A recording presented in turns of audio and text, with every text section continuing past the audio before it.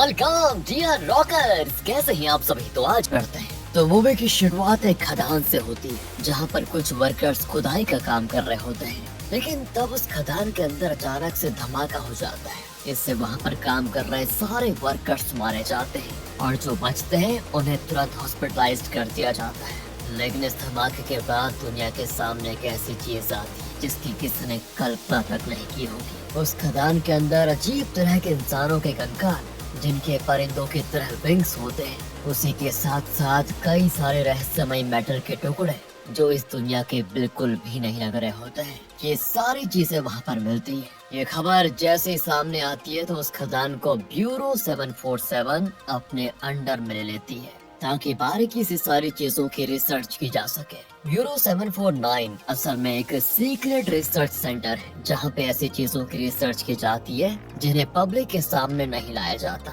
कुछ top secret चीजें जैसे कि एलियंस, किसी खास तरह का वायरस वगैरह, तो ये सारी चीजें जब भी सामने आती है तो ये ब्यूरो ही इस चीज की रिसर्च करता है। लेकिन वही जो वर्कर्स खदान से हॉस्पिटल भेजे गए थे उनकी हालत बहुत ही खराब हो गई होती है। ऐसा लगता है मानो खदान के अंदर जो भी चीज थी उसने सभी के शरीर पर काफी गहरा असर कर दिया है और उन्हें किसी वायरस से बिल्कुल इन्फेक्ट कर दिया है दोस्तों, जिससे कि एक के बाद एक करते हुए सारे वर्कर्स मारे जाते हैं। लेकिन उन्हीं में एक महिला वर्कर भी शामिल होती है जो बेचारी माँ बनने वाली थी। वो बड़ी मुश्किल से बच्चे को जन्म देती है और जन्म देने के बाद अपना दम तोड़ देती है। अब हमें करीब 18 साल के बाद का सीन दिखाया जाता है जहाँ दोस्तों हम उसी बच्चे को देख पाते हैं जिसको आपको याद होगा उस महिला वर्कर ने मारने से पहले जन्म दे दिया था। उस बच्चे का नाम मसान होता है। मसान की माँ खदान की चीजों से इन्फेक्टेड हो गई थी, इसलिए मसान के अंदर किसी खास तरह की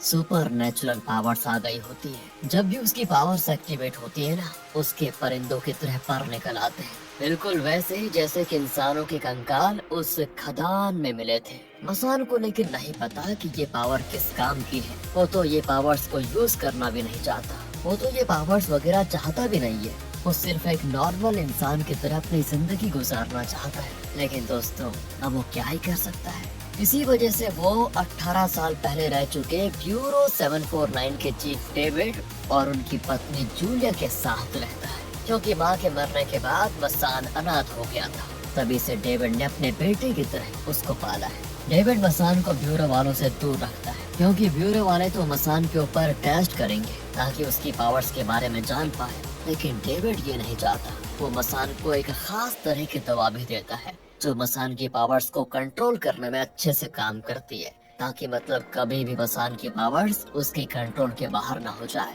पहले अगले सीन में डेविड जब अपना कंप्यूटर चेक करता है तो उसे ब्यूरो 749 के दोस्तों कुछ सीक्रेट मिशन के बारे में पता चलता है कि वो लोग अभी किसी चीज पर खतरनाक तरीके से काम कर रहे हैं। एक्चुअली ब्यूरो वालों को शहर से दूर समुद्र में एक बहुत ही भयंकर तरीके का मॉन्स्टर मिला होता है जो दिन प्रतिदिन अपना आकार बढ़ाते जा रहा है। और वो मॉन्स्टर इतना खतरनाक है कि उस पर किसी भी हमले का कोई असर नहीं हो रहा। जितने भी सोल्जर्स को भेजा गया था उस मॉन्स्टर को मारने के लिए वो सब नाकाम रहे। लेकिन उन्होंने उस समुद्र के पानी का सैंपल लिया जिसके अंदर जो बड़ा वाला मॉन्स्टर है ना, उसके जैसा एक छोटा मॉन्स्टर मिला। ये सारे छोटे मॉन्स्टर्स मिलकर बड़े वाले को ताकतवर बनाते हैं। तो दोस्तों अब सोल्जर्स उस छोटे मॉन्स्टर्स पर रिसर्च करने के लिए उसे ब्यूरो लेकर आ गए। दिखने में ये उंगली से भी छोटा है लेकिन मेटल के खतरनाक से खतरनाक टुकड़ों को चबा जाता है। कोई भी जानवर सामने रख दो वो उसके शरीर पर कंट्रोल हासिल करके उसे खत्म कर देता है। इतना खतरनाक है ये। सोचो यार, जब ये छोटा मॉन्स्टर इतना ताकतवर है तो बड़े वाले की बात ही क्या करें। तो अब फैसिलिटी के साइंटिस्ट इस काम पर लगे हुए हैं कि है क्या ये चीज और कैसे इस छोटे मॉन्स्टर को कंट्रोल में लाया जाए। तो अगर छोटे वाले की कमजोरी का पता चल गया तो उसकी मदद से बड़ा वाला भी कंट्रोल में आ जाएगा। और अगर ये काम जल्दी नहीं किया तो वो दिन दूर नहीं जब वो बड़ा मॉन्स्टर समुद्र से बाहर निकलकर पूरी दुनिया को बर्बाद कर देगा। ये सारी चीज देखकर डेविड भी एकदम से घबरा जाता है कि बहुत बड़ी मुसीबत आने वाली है। और उसे ये भी आइडिया हो जाता है कि इस मुसीबत की वजह से ब्यूरो वाले जरूर मसान को ढूंढते हुए यहाँ पहुँच जाएंगे, इस उम्मीद में कि क्या पता मसान अपने पावर्स की मदद से उस मॉन्स्टर को खत्म कर दे। लेकिन डेविड ऐसा होने ही नहीं देना चाहता, क्योंकि इससे मसान की जान को खतरा हो सकता है। अगले दिन डेविड के पास ब्यूरो से कई सारे लोगों को भेजा जाता है ताकि मसान को ब्यूरो ले जा पाए। लेकिन उनके आने से पहले ही डेविड ने मसान को जूलिया के साथ घर से भगा दिया था ताकि ब्यूरो वाले मसान को पकड़ न पाए। ब्यूरो के लोग डेविड के घर की अच्छे से तलाशी लेते हैं, लेकिन उन्हें मसान कहीं नहीं मिलता। तो वहीं मसान और जूलिया जब भाग रहे होते हैं तो उन्हें ब्यूरो वाले देख लेते हैं। उन्होंने चारों ओर से नाकाबंदी करके रखी हुई थी, इसलिए जूलिया मसान को अपनी गाड़ी से उतारकर पैदल ही वहां से भाग जाने के लिए कह देती है। इसीलिए मसान भी स्केटबोर्ड की मदद से भागना शुरू कर देता है। लेकिन दोस्तों तब भी ब्यूरो वाले फिर से उसके पीछे पड़ जाते हैं। उनसे बचकर मसान एक मेट्रो स्टेशन पर आ जाता है, लेकिन जैसे वो मेट्रो पर सवार होता है ना, उसे पता चल जाता है कि उसके अलावा कोई दूसरा इंसान उस मेट्रो पर सवार हो ही नहीं रहा। मतलब कि कुछ तो गड़बड़ है। लेकिन इससे पहले कि वो कुछ समझ पाता कि क्या गड़बड़ है, मेट्रो लॉक हो जाती है और सीधे ब्यूरो की ओर ही भागती है। यानी कि ब्यूरो के लोगों ने जानबूझकर मसान को भगाकर मेट्रो स्टेशन लाया ताकि वो उनके जाल में फंसकर मेट्रो में सवार हो जाए। और उनका ये प्लान देखो सफल भी हो गया। मेट्रो के अंदर मसान को जेनी नाम की एक लड़की दिखाई देती है, जो कि उसकी दोस्त है। वैसे मसान ने अपना बचपन ब्यूरो में ही गुजारा था। वहीं पर उसके जैसे और भी अलग अलग तरह की पावर्स वाले बच्चे रहते थे, जिन पर ब्यूरो वाले अच्छे से रिसर्च करते थे।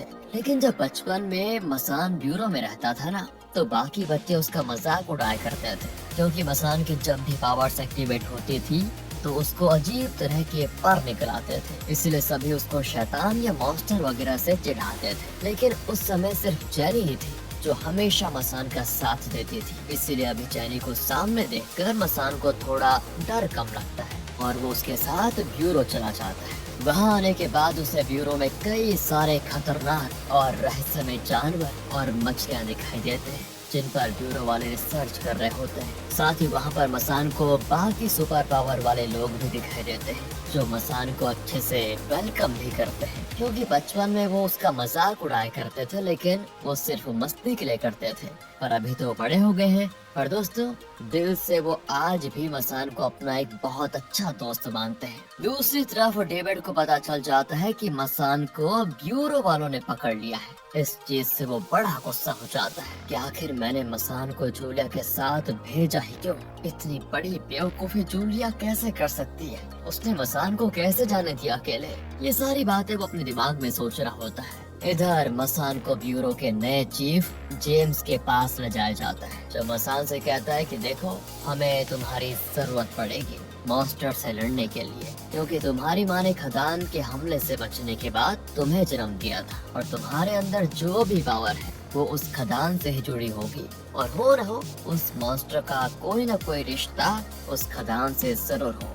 इसलिए हम चाहते हैं कि तुम उस मॉन्स्टर को खत्म करके दुनिया को बचाने का एक सुनहरा मौका लो।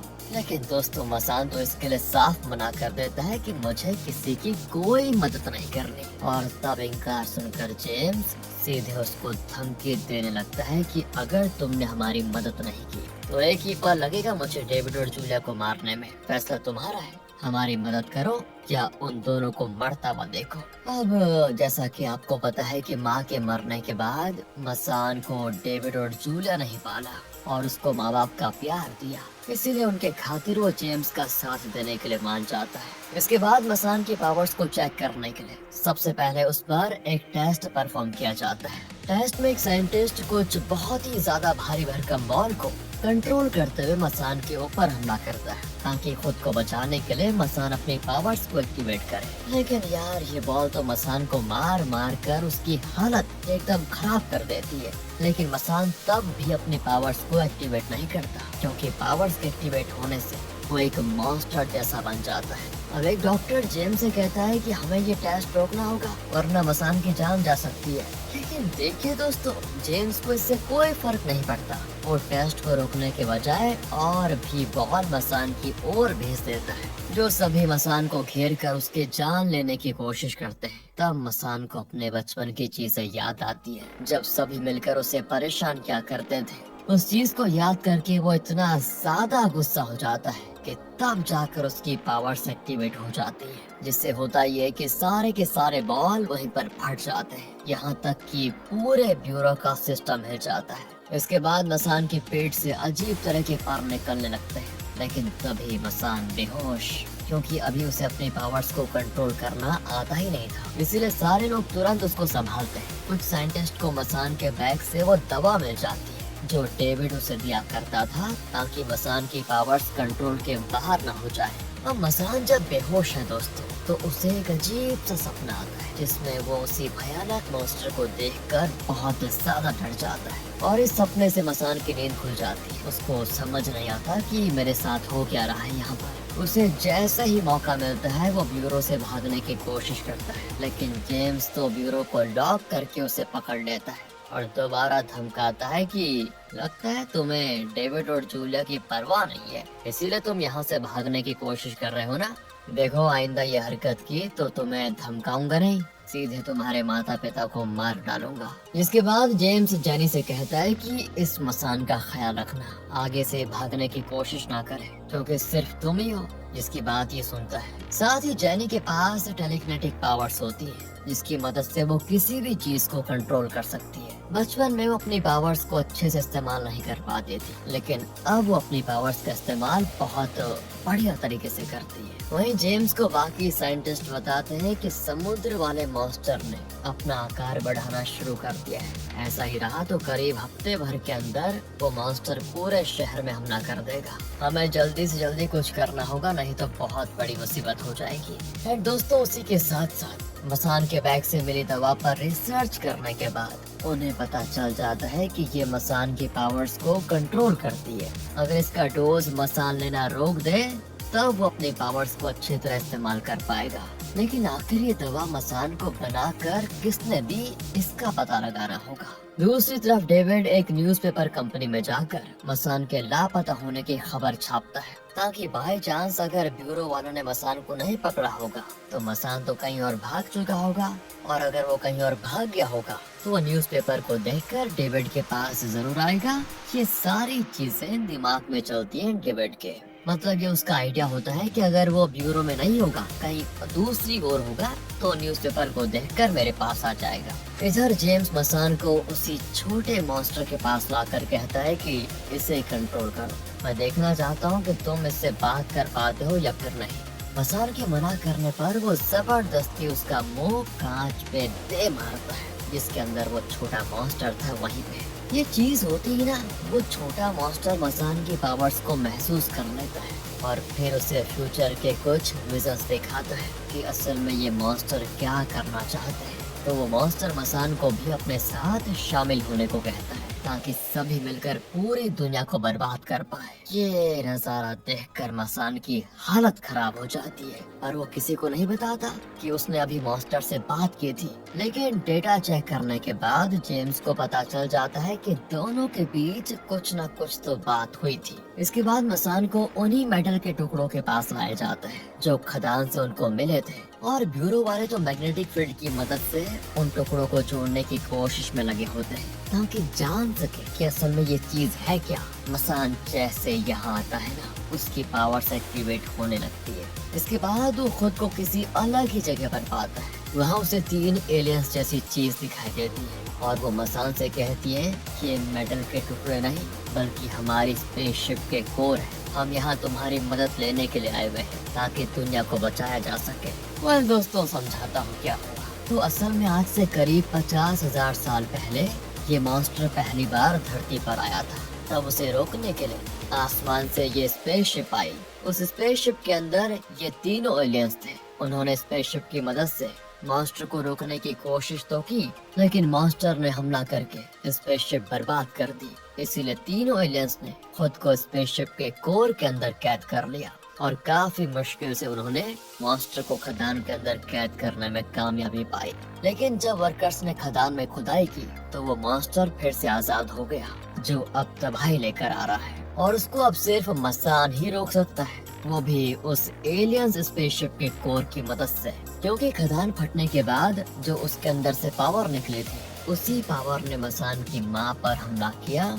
इससे तो वो मर गई, लेकिन मसान बच गया। खदान की पावर में उन 3 एलियंस और मॉन्स्टर दोनों का डीएनए मौजूद था, जिसकी पावर सब आ गई है मसान के अंदर। इसीलिए मसान ही केवल एक ऐसा इंसान है जो मॉन्स्टर को खत्म कर सकता है। इसीलिए ये तीनों एलियंस मसान की मदद चाह रहे हैं। ये सारी बातें जानकर मसान हैरान हो जाता है और तब उसकी पावर्स फिर से एक्टिवेट होने लगती है। जैसे ये होता है वो सारे मेटल आपस में जुड़ते हैं और कोर को दोबारा बनाने लगते हैं। जैसे जैसे कोर रेडी होता है, छोटा मॉन्स्टर कमजोर पड़ने लगता है। यानी कि कोर और मसान की पावर ही सिर्फ एक रास्ता है मॉन्स्टर को खत्म करने का। लेकिन अब प्रॉब्लम ये होती है कि जैसे मसान की पावर आउट ऑफ कंट्रोल हो जाती है, वो हो जाता है बेहोश, जिससे कोर बनना भी रुक जाता है और वो छोटा मॉन्स्टर फिर से ताकतवर हो जाता है। यानी कि सबसे पहला काम मसान को ये करना है कि वो अपनी पावर्स पर कंट्रोल पाए, तभी जाकर वो कोर पूरा करके मॉन्स्टर को खत्म कर सकता है। लेकिन दोस्तों, अभी थोड़ी देर पहले जब वो कोर बन रहा था तो उस कोर के बारे में उस बड़े वाले मॉन्स्टर को महसूस हो जाता है। इसीलिए वो अपने अंदर से ऐसा धुआं छोड़ता है कि उस धुएं के संपर्क में आते ही पूरे शहर के जितने भी मासूम परिंदे होते हैं वो राक्षस बनकर सभी इंसानों को मारते हैं और फिर बड़े मॉन्स्टर के आसपास एक घेरा बना लेते हैं ताकि बड़े मॉन्स्टर को कुछ ना हो जाए। अब ये मुसीबत बढ़ती देखकर जेम्स एक प्लान बनाता है ताकि मसान मजबूर हो जाए खुद के पावर्स को एक्टिवेट करने के लिए। वो सबसे पहले ब्यूरो में एक इमरजेंसी क्रिएट करके सारे दरवाजे खोल देता है ताकि मसान ब्यूरो से भाग पाए। अब जाहिर सी बात है, पिंजरे में कैद बंदा पिंजरा खुला देखेगा तो भागेगा ही।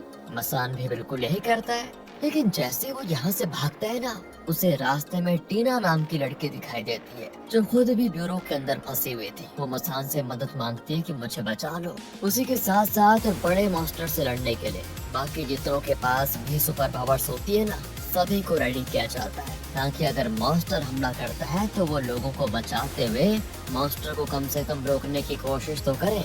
इधर जेम्स डेविड के पास आकर कहता है कि देखो, मुझे पता चल गया है कि तुम ही वो दवा बनाकर मसान को दिया करते थे ताकि उसकी पावर्स कंट्रोल में रहे। हमने मसान को तुम्हें इसीलिए दिया था ताकि तुम सिर्फ उसका ख्याल रखो। आखिर तुमने ये सब किया क्यों? उसको दवा क्यों दी तुमने? यानी कि दोस्तों, एक बात तो अभी क्लियर हो चुकी है कि डेविड आज भी ब्यूरो के लिए काम करता है और ब्यूरो वालों के कहने पर ही उसने मसान को अपने पास रखा था। तो डेविड जेम्स से कहता है कि मसान के साथ रहते रहते मुझे उससे लगाव हो गया, बेटे की तरह मानने लगा उसे मैं, और मैं नहीं चाहता कि वो मॉन्स्टर बने। मैं चाहता हूँ कि वो एक नॉर्मल जिंदगी गुजारे, इसीलिए मैंने उसके लिए दवा बनाई। बल्कि मैं क्या, वो खुद भी नहीं चाहता था कि वो मॉन्स्टर बने।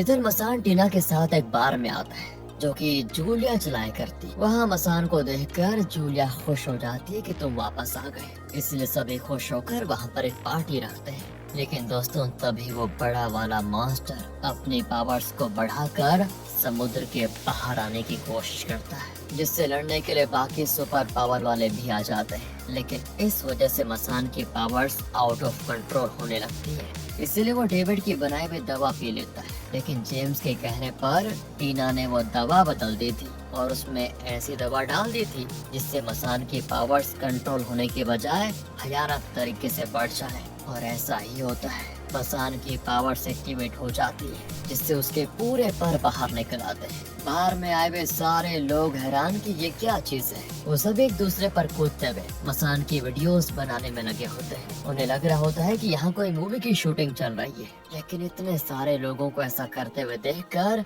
मसान को फिर से बचपन की चीजें याद आ जाती है। वही चीजें जब सभी उसको बुली किया करते थे। इससे मसान पूरी तरह से आउट ऑफ कंट्रोल हो जाता है और जेम्स अपने साथियों से कहता है कि हमारा काम हो गया, मसान की सारी पावर्स एक्टिवेट हो चुकी हैं, पकड़ लो उसे।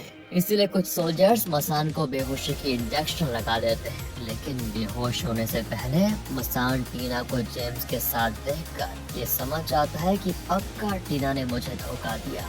इस चीज से उसको काफी ज्यादा बुरा लग जाता है। अब बाकी सारे सुपर पावर वाले मसान को गाड़ी में डालकर ले जाने लग जाते हैं ताकि उसको ब्यूरो भेजा जा सके। लेकिन बीच में ही मसान को होश आ जाता है और वो गाड़ी को ही विस्फोट करके तुरंत वहाँ से भाग निकलता है। और मसान के भागने की खबर जैसे जेम्स को लगती है तो वो फिर से डेविड के पास आता है कि शायद वो यहीं आया होगा। तो यहाँ आने के बाद जेम्स को कई सारी दवाइयाँ दिखाई देती है जो कि मसान को दी जाने वाली दवाइयों की तरह होती है। वो डेविड से इतनी सारी दवाई बनाने का कारण पूछता है तो डेविड बताता है कि मैं करीब 10 साल से रिसर्च कर रहा था और 10 साल की मेहनत के बाद मैंने ये दवा बनाई थी। जैसे ये दवा मसान की पावर्स को कंट्रोल कर सकती है ना, ऐसे ही इनका ओवरडोज अगर हम उसको दें तो उस बड़े वाले मॉन्स्टर की पावर को काफी हद तक कम किया जा सकता है। इसके बाद हम उसे आसानी से मार सकते हैं। जेम्स कहता है कि देखो मुझे पता है तुम जो भी कह रहे हो वो मसान और बाकी लोगों की भलाई के लिए है,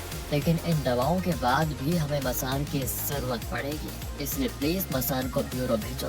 तुम्हारे कहने पे वो जरूर दुनिया को बचाने के तैयार हो जाएगा, वरना करोड़ों लोगों की जान चली जाएगी। अब डेविड पहले तो तैयार नहीं होता क्योंकि उसने वादा किया था मसान से कि वो उसे मॉन्स्टर नहीं बनने देगा, लेकिन दुनिया की भलाई के लिए वो मान जाता है। इसके बाद वो एक ट्रैकर की मदद से मसान को ढूंढकर उससे मिलने जाता है जो कि एक बिल्डिंग के टेरेस पर उदास बैठा होता है। डेविड वहां आकर उसको सारी बात बता देता है कि बेटा मैंने ब्यूरो के कहने पर ही तुम्हें पाला है, इसीलिए अब तुम्हें ब्यूरो जाना होगा। उन्हें तुम्हारी जरूरत है ताकि तुम दुनिया को बचा पाओ। मुझे माफ करना, तुमसे क्या वो वादा मैं निभा नहीं पाया। ये सुनकर मसान उदास तो होता ही है, लेकिन अब उसका दिल भी टूट जाता है कि मेरे अपने ही मुझे धोखा दे रहे हैं। इसीलिए वो सब कुछ छोड़कर वहाँ से चला जाता है और खुद को दुनिया की नजरों से छुपा लेता है ताकि कोई उसे ढूंढ न पाए। लेकिन अब मसान के लापता होने पर ब्यूरो वालों में टेंशन आ जाती है क्योंकि बड़ा मॉन्स्टर किसी भी समय समुद्र से बाहर आकर तबाही मचा सकता है। इसीलिए जेम्स पूरी मिलिट्री रेडी करता है ताकि मॉन्स्टर पर हमला करके उसको कम से कम रोक तो पाए। ये करने के लिए सबसे पहले पूरे शहर को खाली किया जाता है क्योंकि मासूम लोगों को जितना हो सके उतना मॉन्स्टर से दूर रखना होगा, वरना मॉन्स्टर तो सारी मानव जाति को खत्म कर देगा। इसलिए सारे ब्यूरो में जो सुपर पावर वाले लोग होते हैं वो भी अपने अपने परिवार को अलविदा कहकर उन्हें शहर से दूर भेज देते हैं क्योंकि किसी को नहीं पता कि इस लड़ाई में किसका अंत होगा, किसकी जीत होगी और किसको हार कर मरना पड़ेगा। इधर डेविड भी जूलिया को कुछ पैसे देकर कहता है जितनी जल्दी हो सके इस शहर से दूर चले जाओ। मैं नहीं जा सकता क्योंकि मुझे अभी एक आखिरी काम करना बाकी है, उसको करे बगैर मैं कहीं नहीं जाऊंगा। और जूलिया समझ जाती है कि डेविड क्या करना चाहता है। वो अपनी बनाई हुई दवा की मदद से मॉन्स्टर को कमजोर करने की कोशिश करेगा ताकि बाकी मिलकर उसे मार पाए, लेकिन इसमें डेविड की जान जाना बिल्कुल तय है। इस चीज से जूलिया काफी ज्यादा उदास हो जाती है तो वो भी कह देती है कि चाहे कुछ भी हो जाए मैं अपने परिवार को छोड़कर नहीं जा सकती, मैं भी तुम्हारा साथ दूंगी, हम मिलकर मॉन्स्टर को खत्म करेंगे। ये सुनकर डेविड भी काफी ज्यादा इमोशनल हो जाता है और वो दोनों एक दूसरे के गले लग जाते हैं। इधर समुद्र वाले मॉन्स्टर ने अब शहर पर हमला शुरू कर दिया होता है। जो लोग नहीं भाग पाए थे वो बड़ी बेरहमी से मारे जा रहे होते हैं। पूरे शहर में तबाही मच चुकी होती है और जल्दी कुछ नहीं किया गया तो सब कुछ खत्म हो जाएगा। इसलिए जेनी डिसाइड करती है कि मैं मसान को ढूंढूंगी। उसे पता होता है कि मसान सभी से छुपकर कहाँ जा सकता है, इसीलिए वो वहाँ से तुरंत अनाथालय आती है जहाँ पैदा होने के बाद मसान को रखा गया था। मसान वहीं पर छुपा होता है काफी ज्यादा गुस्से में। सोचता है कि डेविड ने मुझे धोखा क्यों दिया, क्योंकि डेविड ने उसे कहा था कि मैंने ब्यूरो कब का छोड़ दिया है, लेकिन असल में तो वो आज भी ब्यूरो के लिए काम कर रहा है। सोचता है कि जब मेरे अपने ही मुझे धोखा दे रहे तो मैं भला दुनिया को क्या बचाऊं। अब सारी बातें सुनकर जेनी उसको समझाती है, देखो तुम्हें वो चीज याद नहीं है क्या जब तुम्हारी पावर्स आउट ऑफ कंट्रोल हो गई थी जिससे पूरा घर टूटने वाला था, तब अपनी जान पर खेलकर डेविड ने तुम्हें बचाया था जिसमें उनके दोनों पैर खराब हो गए। तुम उनके सगे बेटे नहीं हो, लेकिन डेविड तुम्हें अपने सगे बेटे से भी ज्यादा प्यार करता है और तुम्हें ब्यूरो के साथ भेजने के पीछे यही कारण है कि वो अपनी जान से ज्यादा दुनिया के करोड़ों लोगों की जान की परवाह करते हैं और करोड़ों लोगों की आखिरी उम्मीद सिर्फ तुम हो। अब इसलिए तुम्हें जाना होगा मॉन्स्टर को खत्म करने के लिए। ये सुनकर मसान समझ जाता है कि डेविड से नाराज होकर उसने अच्छा नहीं किया। सोचता है कि मुझसे बहुत बड़ी गलती हो गई। तो वो डेविड को कॉल लगाता है, जहाँ डेविड उसी बड़े वाले मॉन्स्टर के सामने खड़ा है। डेविड मसान से कहता है कि बेटा, अपने पावर से कभी डरना नहीं। वो दुनिया की सबसे खूबसूरत चीज है जो तुम्हें मिली है। मुझे उम्मीद है तुम मेरी बात समझ गए होंगे। इतना कहने के बाद डेविड और जूलिया बड़े मॉन्स्टर की तरफ हमला करते हुए सारी दवाइयाँ उसके अंदर डाल देते हैं और इस काम में दोनों की जान चली जाती है। लेकिन उन्होंने दवाइयों की मदद से मॉन्स्टर को शांत कर दिया होता है। बहुत ही इमोशनल सीन है दोस्तों ये। यहाँ डेविड और जूलिया के मरने से मसान एकदम से गुस्सा हो जाता है और वहाँ से जैनी के साथ ब्यूरो जाने के लिए निकल जाता है, ताकि ब्यूरो से वो स्पेसशिप का कोर लेकर उसकी मदद से मॉन्स्टर को खत्म कर पाए। लेकिन रास्ते में कई सारे परिंदों के मॉन्स्टर उसे घेर लेते हैं और उस पर हमला शुरू कर देते हैं। लेकिन तभी वहाँ पर हेलीकॉप्टर लेकर जेम्स पहुँच जाता है, जो मसान और जैनी को बचाते हुए उन्हें ब्यूरो लेकर आता है। लेकिन उनके साथ परिंदों के मॉन्स्टर भी वहाँ पर पहुँच चुके होते हैं, इसीलिए बाकी लोग तब तक उनसे लड़ते हैं और मसान वहाँ से कोर को जोड़ने पहुँच जाता है। इसी बीच दोस्तों,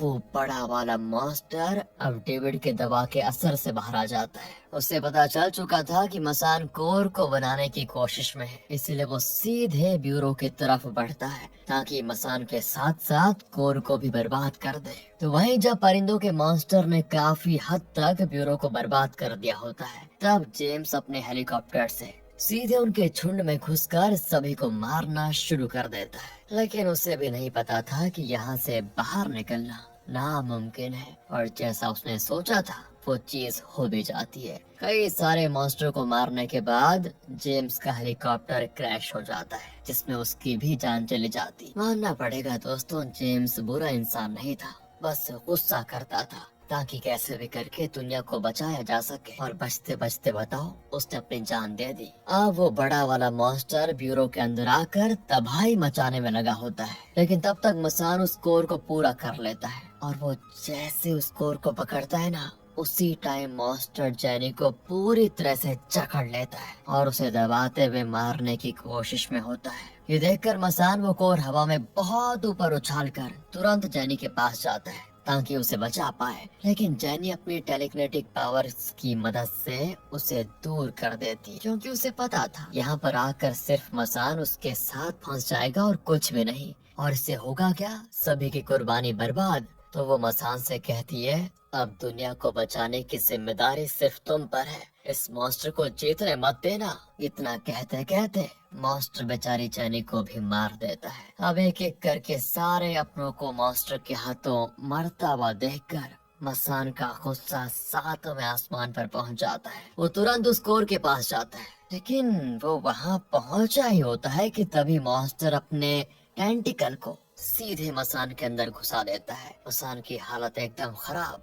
वो बेहोश हो जाता है। जो भी लोग अभी तक उस मॉन्स्टर से लड़ने की कोशिश कर रहे थे, उनकी आंखें नम हो जाती, क्योंकि उनकी आखिरी उम्मीद भी खत्म होती हुई दिखाई दे रही थी। तब मसान को उसके बचपन की कुछ मेमोरीज दिखाई देती है। वो वाली मेमोरीज जब मसान की माँ उसको जन्म दे रही थी। उनको पता था कि उनका बच्चा म्यूटेट पैदा होगा, लेकिन तब भी उन्होंने सारे डॉक्टर से कह दिया था कि देख लेना, मेरा बच्चा एक दिन पूरी दुनिया में अपना नाम रोशन करेगा। और सपने में इस चीज को देखकर मसान को होश आ जाता है और जैसे उसका थोड़ा सा खून कोर पर गिरता है ना, कोर एक्टिवेट हो जाता है और कोर की पावर बड़े वाले मॉन्स्टर को जमा कर अपने अंदर समा लेती है, जिससे मॉन्स्टर ने स्पेसशिप के जितने भी हिस्सों को एब्सॉर्ब कर लिया था वो बाहर आ जाता है और स्पेसशिप दोबारा रेडी। इसके बाद तो वो तीनों एलियंस भी मसान के पास आकर उसका धन्यवाद करते हैं, क्योंकि आज उसकी वजह से इतने खतरनाक मॉन्स्टर का खात्मा हुआ।